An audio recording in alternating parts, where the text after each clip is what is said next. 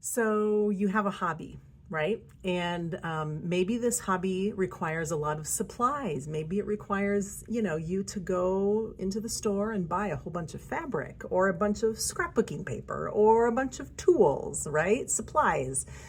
Something that I have found in my last 15 years as a senior move manager is that buying craft supplies and doing crafts are two separate activities, right? And I think it's very common for anyone who has any kind of a hobby to have more supplies than they're actually using.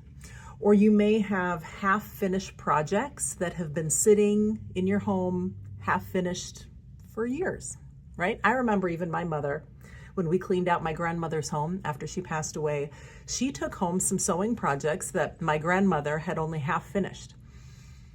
2 decades later, when my own mother passed away and I was cleaning out her home, I cleared out some of those same craft projects that my mom had taken from my grandma's house that were never finished and that my mom never finished either. I ended the life cycle of those projects because I didn't need them to be half finished sitting in my home either.